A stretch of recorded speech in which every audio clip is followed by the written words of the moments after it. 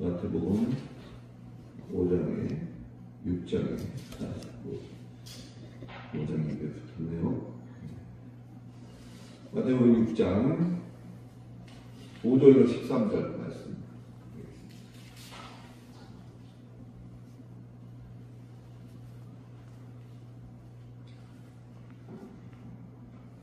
또 너희는 기도할 때에 외식하는 자와 같이 하지 말라. 이들은 사람에게 보이려고 회당과 큰 거리 어귀에서 기도하기가 좋아하느니라. 내가 진실로 너희에게 이르노니 그들은 자기 상을 이미 받았느니라. 6절은 여러분이 읽으세요. 시작.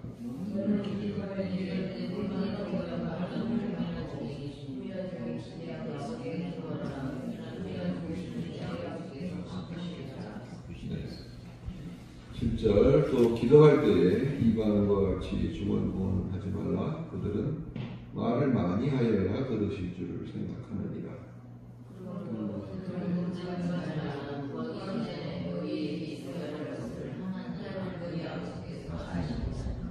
그러므로 너희는 이렇게 기도하라. 하늘에 계신 우리 아버지여, 이름이 거룩히 여김을 받으시오며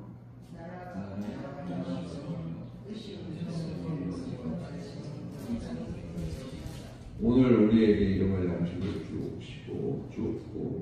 주시옵고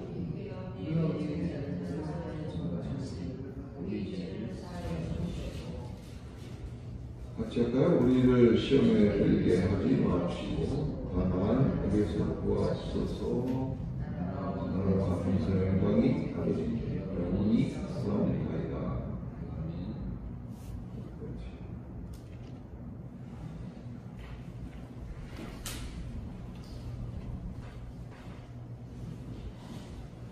육장에 들어와서부터는 5장 속에서 얘기했던 새로운 계명에 대해서는 새롭게 이제 그 정의를 새롭게 다시 했잖아요. 복이라는 건 이런 거고, 또 의라는 건 이런 거고. 그래서 복과 계명에 대해서 이제 새롭게 5장에서 했고, 이제 6장에서는 그러한 사실을 구체적으로 우리 삶 속에, 생활 속에 어떻게 적용해야 한다 하는 이야기들을 구체적으로 하기 시작했다, 이렇게 말을 했죠. 그래서 지난 시간에 5장을 리뷰 한번 하면서 6장 첫 구절 1절부터 4절까지 얘기를 했습니다. 구제에 대해서 얘기를 했죠. 기억나시죠? 안 나나요? 다행이죠. 기억이 안 나시는 게. 네. 왜냐하면 기억이 다 난다는 목사가 할 게 없죠. 또 이제 생각이 안 나니까. 감사한 마음으로 또 이제. 자, 구제란 뭐다? 지난 시간에 들은 거를 한번 더듬어 봅시다. 구제란 뭐냐? 디카이오시네라고 하는 의의가 또 덕이, 친절이 행동으로 나타난 것이 구제다. 그렇게 얘기를 해봤어요. 물론 어떤 개념을 정의하는 것은 굉장히 다양합니다. 사람마다 다른 관점에서 정의할 수 있어요. 근데 그 정의할 수 있는 것 중에 하나가 의의가 행동으로 나타나는 것이 구제다. 이렇게 말해볼 수 있는 거죠. 말로만 의롭다, 내가 의롭고 누가 의롭고 의롭다 하는 게 아니라 그게 행동으로 실천적으로 나타나는 것이 구제다. 그렇게 얘기했습니다. 이걸 행함에 있어서 우리가 주목해야 될 것은 뭐냐? 의에 대한 우리의 태도예요. 이 신약 성경은 어떤 관점에서는 의를 어떻게 다룰 것이냐, 하나님의 의와 비교되는 나의 의, 자기 의, 이것에 어떤 그 좌충우돌하는 드라마틱한 얘기, 이것이 신약이에요, 사실은. 그래서 이 구제를 함에 있어서 가장 핵심적인 얘기가 1절에 나타났다고 했어요. 1절을 한번 보시면 사람에게 보이려고 그들 앞에서 너희 의를 행하지 않도록 주의하라.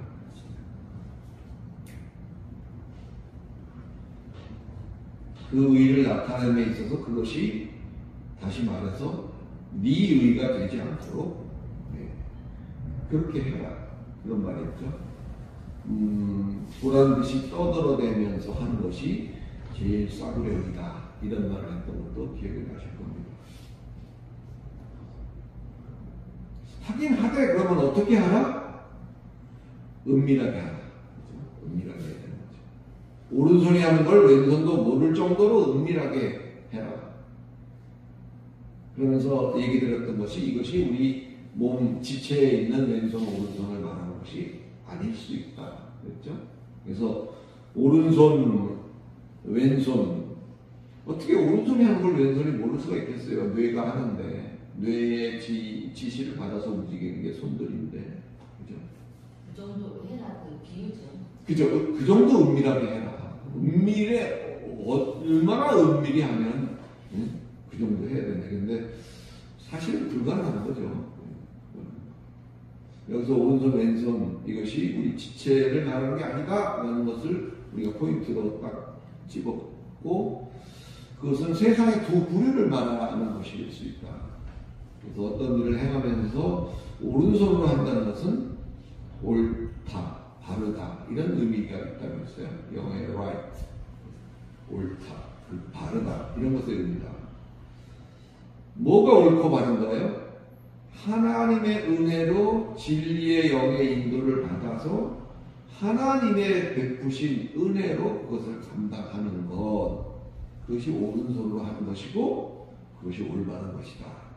이렇게 정리를 하시고, 왼손은 좌편, 우리가 좌편이라고 말을 많이 합니다. 좌편, 바르지 못한 또는 그릇, 이런 그르다 이런 의미가 그 안에 포함되어 있고,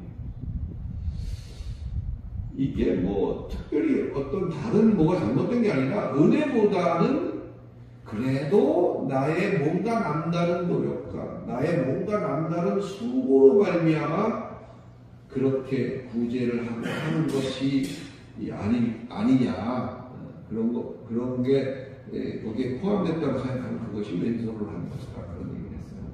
그러니까 순수한 하나님의 은혜와 하나님이 주신 그것으로 하나님의 이름으로 그렇게 한 것이 옳은 것이고, 내가 섞여 들어가서 그 안에서 내 수고와 의가 그 안에 자리를 잡는 순간 그것이 왼손으로 하는 것이 된다. 그런 얘기들을 나눴던 것 같습니다. 이제 좀 기억나시죠? 그럼 모르게 해야 되는 이유는 뭐냐? 모르게 해야 되는 이유는 뭐냐? 성경은 그 이유를 설명하고 있는데, 종합해 보면 나는 하나님의 은혜로 인해서 감당했지만 그걸 왼손이 아는 순간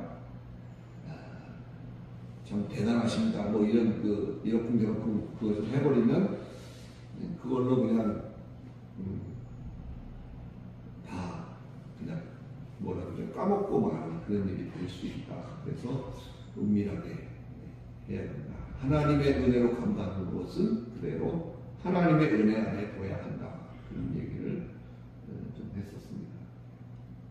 그러면서 우리가 베드로전서 4장 11절 말씀으로 그날 마무리를 했어요. 만일 누가 말을 하려면 하나님의 말씀을 하는 것 같이 하고, 누가 봉사하려면 하나님의 공급하시는 힘으로 하는 것 같이 하라. 이는 범사에 예수 그리스도로 말미암아 하나님의 영광을 받으시게 하려 함이니 그에게 영광과 권능이 세세에 무궁토록 있느니라. 그렇게 해서 이제 구제에 대한 이야기를 지난 시간에 해서 마쳤습니다. 이어서 오늘은 먼저 5절부터 8절까지를 한번 보겠습니다. 5절부터 8절. 낭랑한 목소리를 가진 우리 임정희 씨가 한번 읽어주세요. 5절로 8절까지. 6.5절이요? 네네. 또 너희는 기도할 때 외식하는 자와 같이 하지 말라. 그들은 사람에게 보이려고 한다고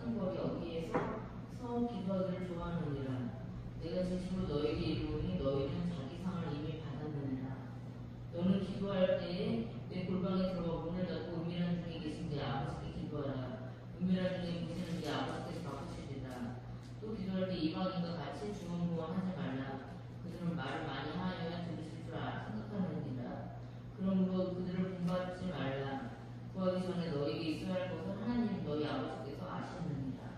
네, 감사합니다. 구제 다음으로 오늘 다룰 것은 기도에 대한 것입니다. 오늘 본문을 이해하는 핵심 키는 5절 첫 단어입니다. 5절의 첫 단어. 5절 첫 단어. 뭐죠? 5절의 첫 단어. 또 빠진 성경 있나요? 다 있죠? 5절에 또.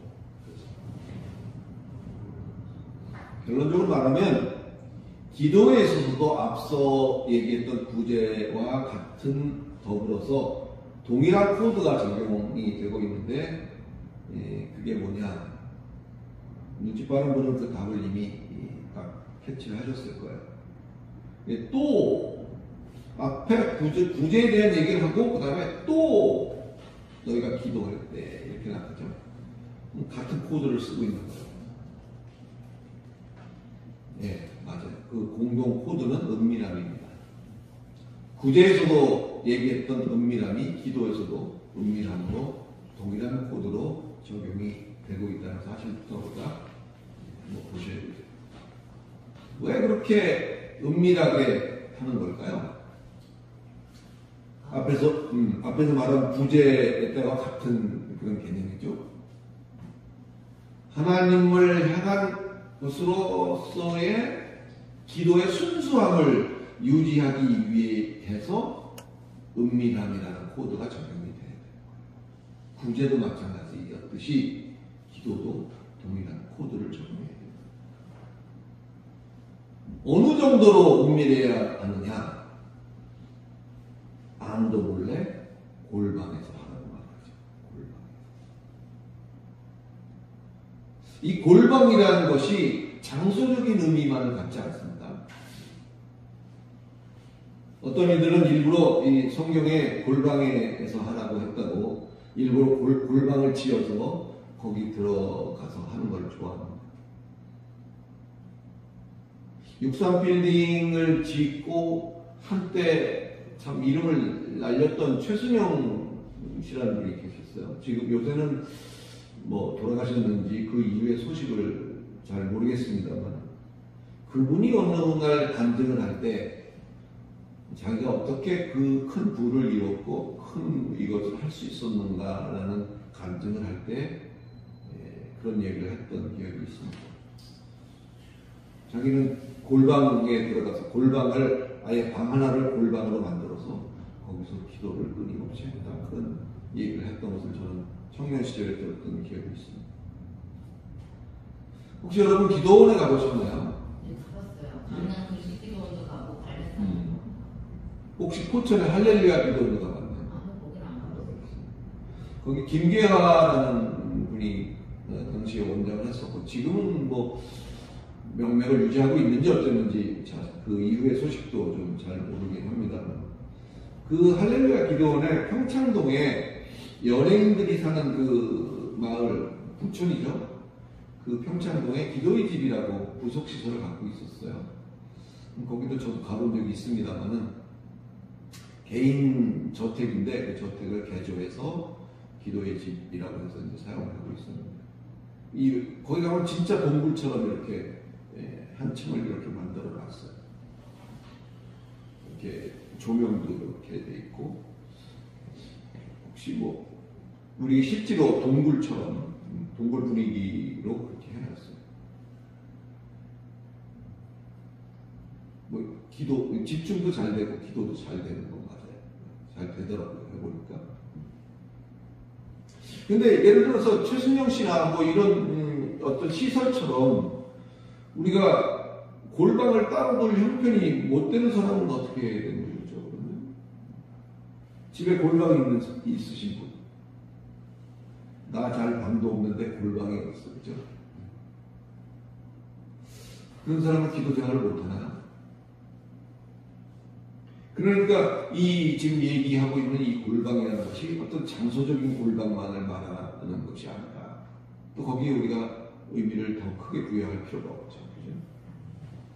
비밀스럽게 기도해라는 건 집에서 기도할 때. 그렇죠. 그래서 은밀하게와 관련되어진 그런 개념으로 해야지 이것이 어떤 단어적인 어떤 골방의 개념은 아니다. 일부러 뭐 형편이 되면 전용 기도실을 따로 두는 것도 좋겠지만 그런 사람이 얼마나 있겠어요. 그렇죠. 그래서 오늘 본문의 가르침은 결코 그런 것이 있지 않다. 그걸 했다고 해서 뭔가 더 효과적인 기도가 되는 것도 아니고, 그죠? 전용 기도실이 없다고 해서 기도 응답이 덜 되는 것도 아니고, 우리는 우리의 기도가 철저하게 남에게 드러나지 않도록 해야 하는 것이다. 이것을 더 중요하게 인식하시는 게 필요하죠. 몰래 하는 기도. 몰래 먹는 과자. 어떻게 뽑아주실까요? 몰래 하는 기도. 이게 기도의 어떻게 보면 최고봉입니다. 하는 듯 안 하는 듯 하는 기도. 이것이 기도의 최고봉이에요. 근데 이것조차도 하도 안 하니까 어떻게 해요? 같이 모여서 기도 훈련을 시킵니다. 훈련이 필요합니다. 여러분, 신앙생활은 생활이죠. 생활은 습관이에요. 우리가 일상도 습관입니다. 우리가 건강하기 위해서 어떤 습관을 가지고 있느냐는 굉장히 우리의 건강을 좌우할 수 있듯이 신앙생활을 함에 있어서도 어떤 습관을 가지고 있는가가 굉장히 중요하죠. 그래서 사실은 교회에서 하나하나 전부 가르쳐야 되는 거예요. 여러분, 그런 가르침의 모임에 시간을 할애해서 또 참여하시는 게 필요한 것이죠. 그래서 기도회를 합니다. 모여서 같이 하는 거죠. 기도를 어떻게 해야 되는지 모르는 사람도 그 기도회를 통해서 같이 하면서 기도는 저렇게 하는 거구나. 이런 걸 체험을 하게 되고 느끼게 되고 그것이 자기의 생활 속에 습관으로 자리 잡을 때까지 그런 것들이 필요한 거죠. 그게 기도예요. 사랑하는 성도 여러분, 기도도 훈련이 필요하다. 그 습관이 되어야 되기 때문에. 지난번에 찬송도 제가 배워야 된다고 했죠. 찬송도 배워야 돼요. 습관, 그것도 습관을 들여야 됩니다. 찬송은 뭐라 그랬죠? 복조 있는 기도. 그렇죠. 복조 있는 기도예요. 그 기도를 멜로디와 이런 데 실어서 우리가 하는 거거든요. 그래서 어떤 분은 그래요. 찬송을 많이 부르면 정말 어떨 때는 기운도 없고 정신도 혼미해서 기도도 안 될 때가 있어요. 그럴 때 이 찬송을 부르는 그것이 그냥 기도가 되는 거죠. 이해하실 수 있죠?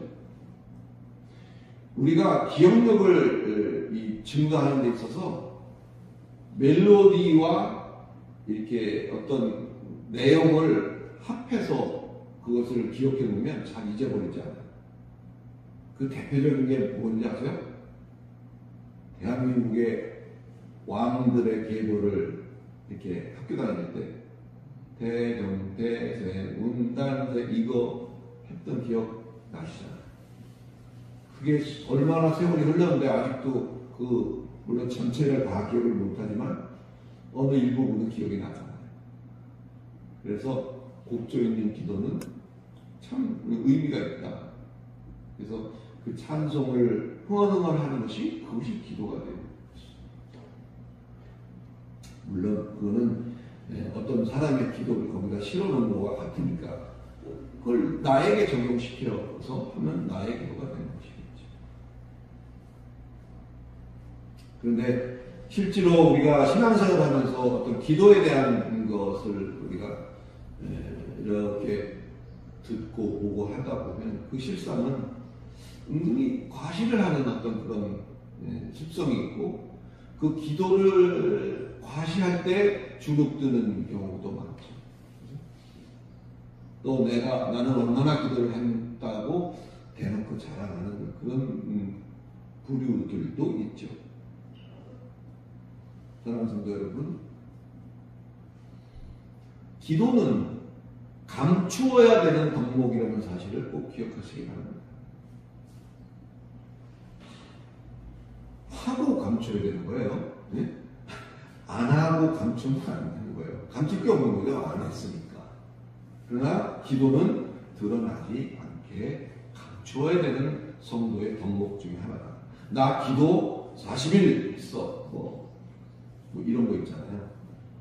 그거 안 해본 사람은 되게 주눅 들죠. 그거 안 해봤는데.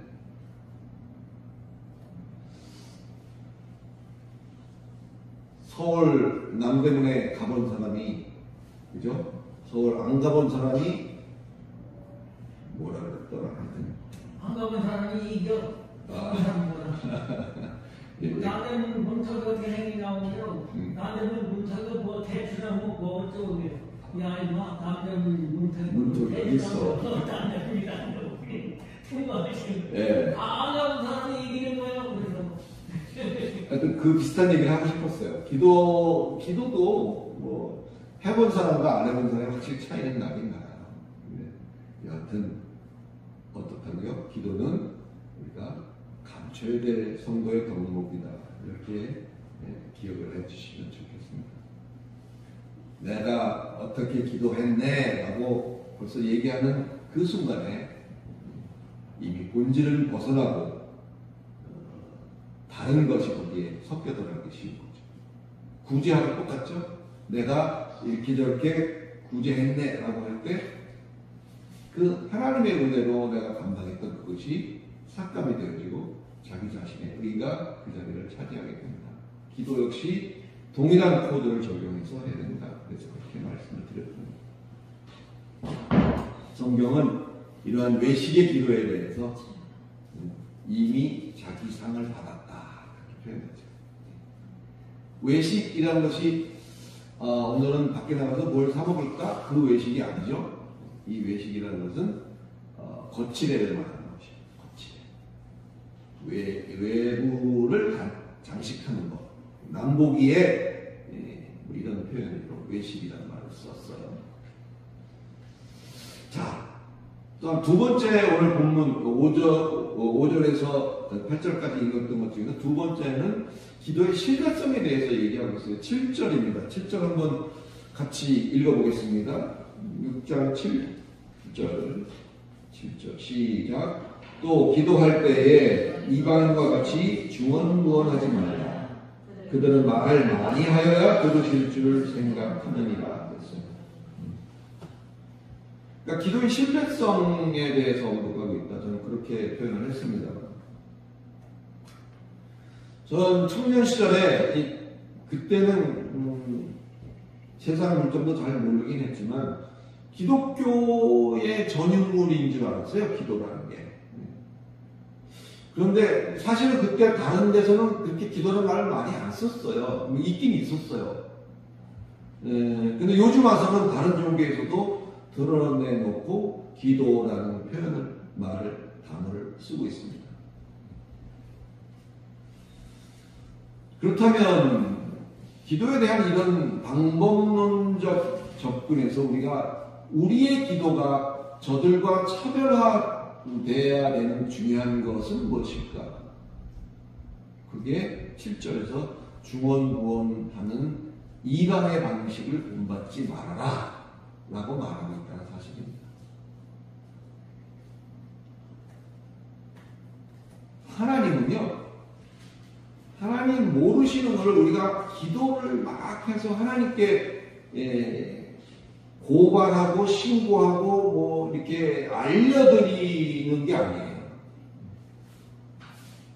또 안 되는 거를 기도를 통해서 막 졸라가지고 하나님이 아이 그래 했다 이렇게 주시는 그런 하나님이 아니라는 거예요. 이미 우리의 하나님은 어떤 하나님이세요?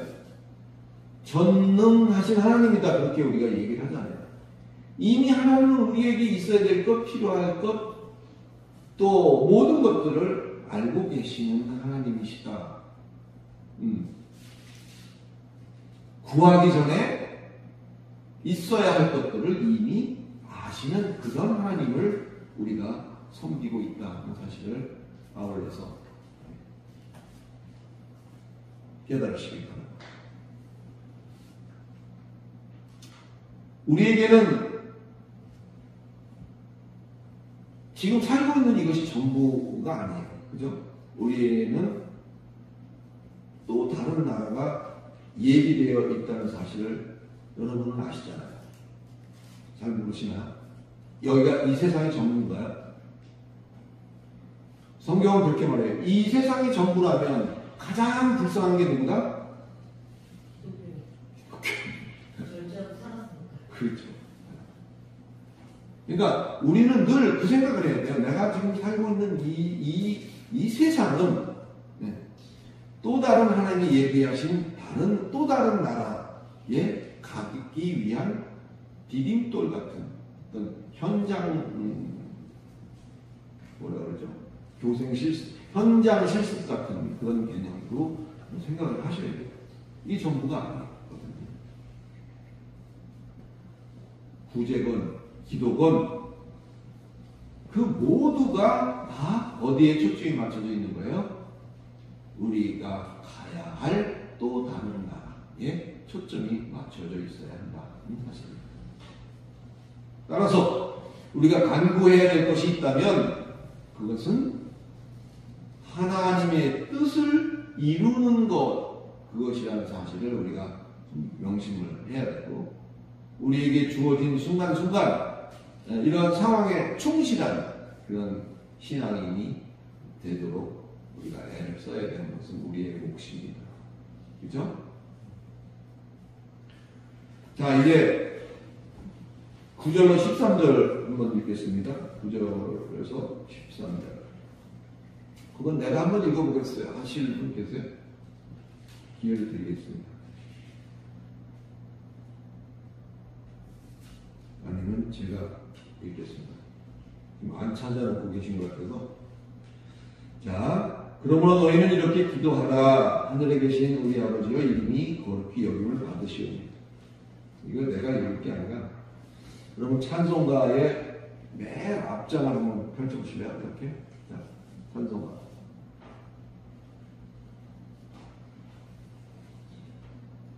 자, 여기를 딱 펼치시면 성경책 맨 앞을 펼쳐보세요. 첫 껍데기를 딱 둘치면, 두꺼운 페이지를 딱 둘치면 이런 페이지가 나옵니다. 칼라로 되어 있는 페이지가 나오죠. 그죠? 거기에 뭐가 있는지는 오늘 처음 아신 분이 혹시 계실까요? 여기에 이런 게 있어요. 거기에 보면 주 기도문 이렇게 써여 있는 것들이 거기에 있습니다. 그게 바로 9절부터 13절까지 내용을 그대로 거기에 갖다 놓은 겁니다. 그래서 우리가 말하는 이 부분은 주기도문이다 그렇게 말을 하고 있는 부분이에요. 퀴즈 하나 내볼까요? 여러분, 주님께서 제자들에게 이렇게 기도하라 라고 가르쳐 주신 내용을 거기에 써놓은 것이거든요. 그러면 주님이 기도에 대해서 가르쳐 주시기 이전에 여러 가지 기도문들이 있었을까요? 없었을까요? 있었겠죠. 있었어요. 누가복음 11장에 보시면 거기 답이 있어요. 누가복음 11장 1절 있다고 하신 우리 윤정희 씨가 한번 읽어봐주세요. 누가복음 11장 1절. 네. 마태, 마가, 누가 순서가 이렇게 되죠. 그 세 가지 복음을 뭐라고 부른다고요? 마태, 마가, 누가? 이 복음과 예수께서 한 곳에서 기도하시고 마치시며 제자 중 하나가 여짜오되 주여 요한이 자기 제자들에게 기도를 가르치신 것과 같이 우리에게도 가르쳐 주옵소서. 그죠? 이 얘기를 들어보니까 요한이라는 사람, 예수보다 6개월 먼저 태어난 사람이고 예수의 오실 길을 예비한 사람이 요한인데 그 요한을 따라다녔던 제자들이 또 있었어요. 그래서 요한이 그 제자들에게 가르친 기도문이 있었어요. 그러니까 이 주기도문이라는 이것은 예수께서 처음 만드신 건 아니에요. 누군가가 이미 그런 기도문을 가르쳤던 경험이 있었던 거죠. 예수가 기도하기를 마치시자마자 기다렸다는 듯이 제자들이 말하죠. 예수님 따라다니는 제자들이 말합니다. 예수님, 요한이 자기 제자들에게 가르쳐준 것처럼 우리도 기도를 가르쳐 주세요. 이렇게. 요한도 거기서 말하는 요한은 세례 요한을 말하는 거죠? 그렇죠. 네. 그래서 가르쳐 달라고 해요. 왜 이런 요청을 했을까요? 근데 가만 생각해 보세요. 왜 이런 요청을 했을까? 좋은 기도를 하고 싶어요. 좋은 기도를 하고 싶어서. 그것도 좋은 이유가 되네요. 기도를 하자니 어느 정도로 해야 되는지도 모르겠고, 안 하자니 마음에 걸리고, 그 당시에도 벌써 어떤 그런 생각들이 있었기 때문에 이걸 물어본 거예요. 용감하게. 어떻게 기도해야 됩니까? 그러면 세례 요한을 따라다니는 쟤네들도 보니까 기도문이라고 해서 하고 다니던데 우리도 좀 뭘 좀 가르쳐 주세요 라고 얘기한 그 속마음에는 이런 부담감이 있었기 때문에 기도에 대해 시대를 막론하고 기도에 대해서 어느 정도 부담감을 갖고 있는 것이 사실이에요. 지금도 그렇잖아요. 여러분도 그렇고. 그죠? 해야 된다는 건 들어서 알겠는데 어떻게 얼마만큼 뭐 이런 것들도 좀 하기도 하고. 그죠? 아니 예전에 제가 은간교회 한국 은간교회 다녔는데 임남태 목사님이 했었는데 그때는 성도 800명이었어요. 근데 그분은 기도를 하루에 6시간, 7시간씩 한다고 해서 이렇게 성도들이 저녁에 다 예배 끝나면 나와서 기도하래. 선생님 나와서 기도하면 1시간씩 하라고 막 얘기를 하고 그러더라고요. 예. 아니 그것도 필요하긴 해요. 왜냐하면 워낙 습관들이 안 돼 있으니까 자기가 나는 이렇게 하고 있다는 것을 알려주는 것도 또 필요하고, 또 어쩌면 시간인데 다 모여, 아까 얘기한 대로 나와 저녁 먹고 다 모이자. 그래서 기도를 따로 할 수 있는 기회를, 자리를 마련해 주는 거죠. 또 하나 그러니까 잠깐 하고 또 뭐 이렇게 1시간 해, 1시간. 그 기준은 그런 의미에 있는 거지. 근데 그것도 믿음이 좋은 사람이 1시간 하지 믿음이 적은 사람이 1시간 하기 힘들죠. 그럴 수 있죠. 근데 욕심이 있는 사람은 하더라고요. 해야 돼. 그런 게 있어요. 그러니까 어떤 그것이 갖고 있는 장단점과 어떤 폐단이 분명히 있겠지만 그 취지를 우리가 봐야 되는 거죠.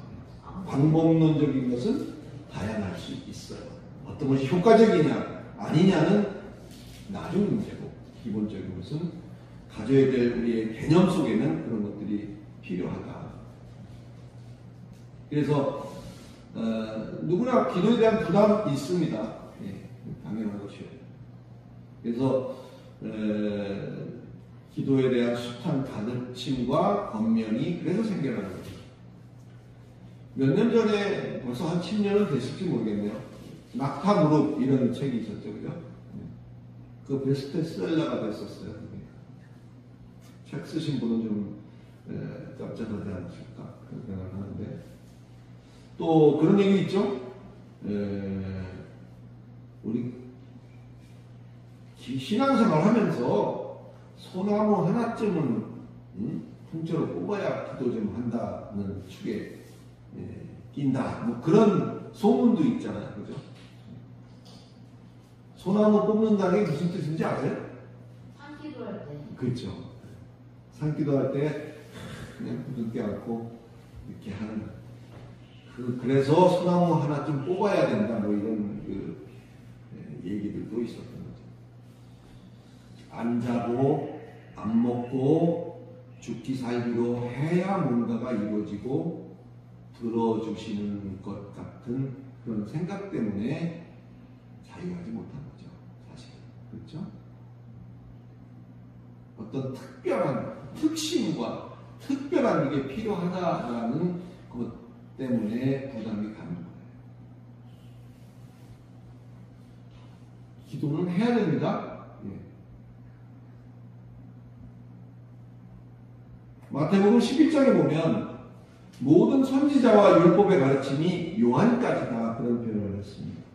그 얘기의 의미는 오늘 본문에서 예수께서 입을 열어 가르쳐 가라사대 한 이 시점 이전에는 했던 것들은 율법 아래서의 기도라고 이렇게 구분을 할 수가 있죠.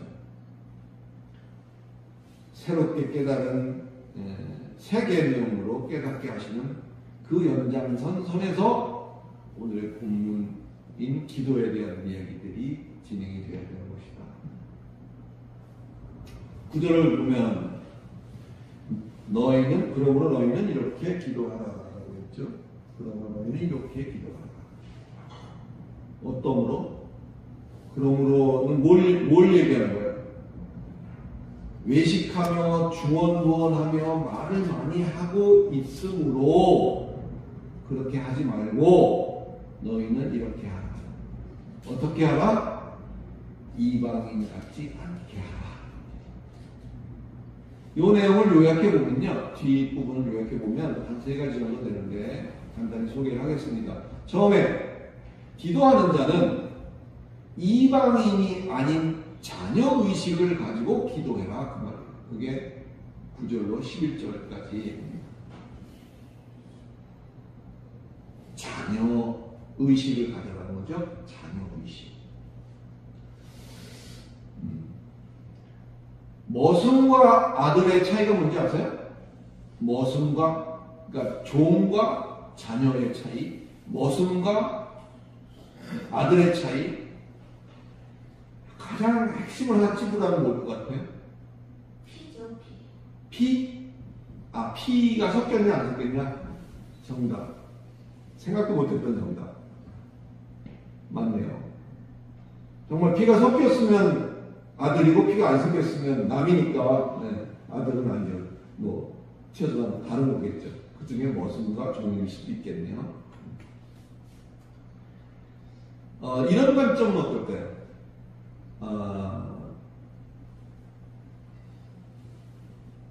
우리가 세상에 사는 이것은 우리에게 보여주신 하나님의 어떤 그 샘플 같은 거예요. 부모 자식과의 관계, 또 이런 것들이 하나님과 우리와의 관계를 이해하기 좋게끔 딱 세팅이 되어 있어요. 그러니까 자녀는요, 아버지에 대해서 물론 무서운 아버지 계시죠. 엄부라고 하지만 무서운 아버지도 있고, 근데 자녀와 종의 다른 점은 종은 늘 자기 행위를 평가받아서 좋은 평가를 받기를 원하고, 자기가 만약에 잘못을 저지르면 거기에 대한 대가가 두려워지는, 그것이 종인 거예요. 머슴인 거예요. 일꾼인 거예요. 근데 자식은 어떻죠? 설사 내가 정말 죽을 죄를 저질렀어도 그 자식을 죽이나요? 아버지에 대해서 자식은 그런 생각을 갖고 있는 거예요. 이것이 하나님과의 우리와의 관계성 속에서도 똑같이 반영됩니다. 우리가 하나님의 아들이고 하나님의 자녀고 한다면 우리는 하나님을 공포의 대상으로 여기지 않죠. 평가의 대상으로 여기지 않습니다. 그러나 우리가 아들이 아니고 우리가 자녀가 아니라면 우리는 하나님의 일꾼인 거죠. 일꾼들은 늘 자기 한 일에 대한 평가를 받고 거기에 대한 싹쓸 지불을 받거나 또는 잘못한 것에 대해서는 공국을 삭감을 당하거나, 그죠? 이런 일을 하게 되는 거죠. 얘기가 약간 단적으로 샜습니다만, 여기서 예수께서 말하고자 하는 핵심적인 것은 자녀의식을 가지고 기도를 해야 된다라는 것이요. 그 들으시는 대상이 누가? 하나님. 아버지 하나님이죠. 아버지 하나님. 아버지에게 기도를 하는데 뭐 그렇게 한 말 또 하고 한 말 또 하고 많이 해야 되고 그럴 필요가 뭐가 있겠어요? 다른 사람 의식해가면서 그렇게 할 필요가 있겠냐? 그 말입니다. 내게 생명 주신 아버지 이름이 거룩히 여김을 받으시고 그렇게 써있잖아요. 그 아버지의 통치가 지금 아들인 내가 있는 이 땅에서 이루어지고 아버지로 인해서 내게 필요한 것들을 다 공급받을 수 있다는 확신을 가지고 하는 기도. 할렐루야. 이것을 예수께서는 제자들에게 가르치고 잘 보여야 뭘 주는 게 아니에요. 일꾼들은 머슴들은 뭐죠? 주인의 눈에 들어야 돼요. 그들이 가장 중요하게 생각하는 것은 주인 마음에 드는 거예요. 어떻게 하든지 내가 주인의 마음을 사야 내게 유익이 되니까. 이해 가시죠? 그러나 자식들은 그게 아니잖아요.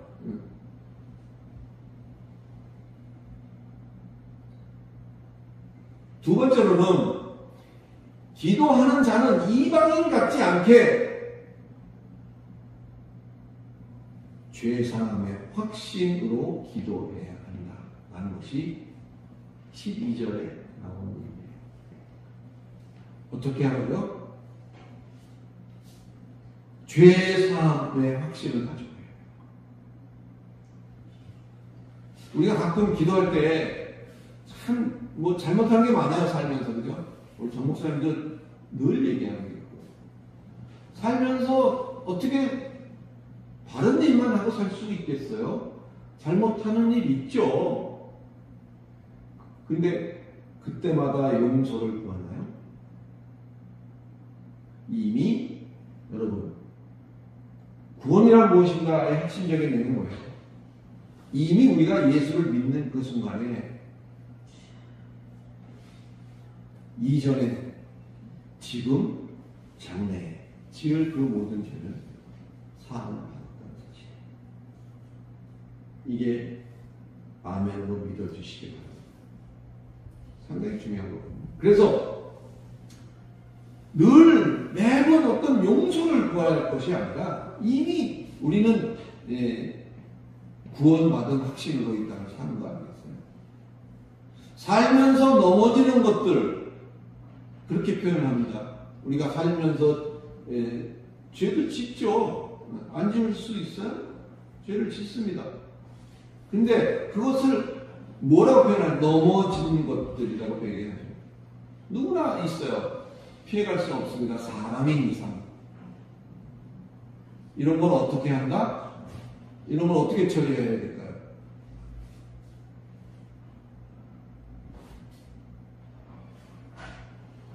내 말이 아니에요. 요한복음 13장 10절에 답이 있어요. 요한복음 13장 10절. 요한복음은 공간복음은 아닙니다. 요한복음 넘어가서 13장 10절.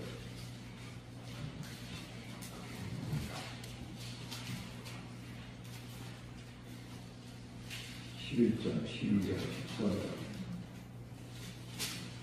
하셨어요? 이게 답이에요. 살면서 넘어지는 것들을 어떻게 해결해야 되느냐? 거기 답이 있어요. 낭낭한 목소리에 한번 읽어주세요. 예수께서 이르시되 이미 목욕한 자는 발밖에 씻을 필요가 없느니라. 온 몸이 깨끗하니라. 너희가 깨끗하면 다는 아니니라 하시니. 그렇죠. 그러니까 이미 목욕한 사람은 발만 씻으면 된다고 했어요. 그 뭐죠? 우리가 넘어지고 실수하고 죄를 짓고 하는 그것들은 이미 목욕을 한 상태이기 때문에 그것만 해결해야 됩니다. 할렐루야.